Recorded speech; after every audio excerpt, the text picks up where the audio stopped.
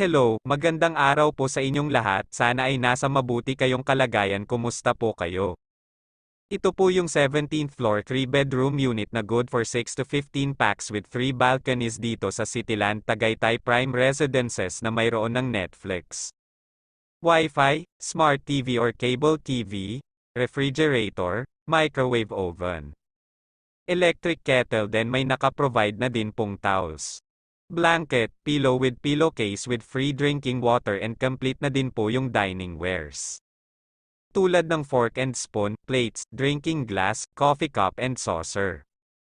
Nakahiwalay din po ang comfort room sa bathroom or shower area. Sa mga gusto pong mag-staycation, madami pong available na unit good for couple, family, barkada and friends. Then may tinda na din po sa office na meals like hot silog, tosilog, long silog, meron din pong cooked rice, pansit canton, eggs, canned goods, meron din pong hygiene kit like toothbrush, toothpaste, shampoo, hair conditioner and other basic needs. About naman po sa amenities, may free unlimited use or access sa swimming pool from 7 a.m. to 10 p.m.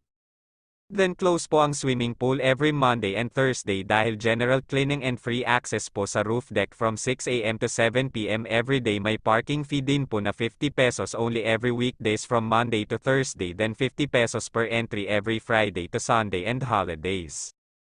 Kung nasa lobby na po kayo, need pong mag-register ng full name of all guests and unit number at magbibigay po ng any valid ID sa guard, then sasanduan po kayo ng staff at ihahatid po kayo sa designated unit or room.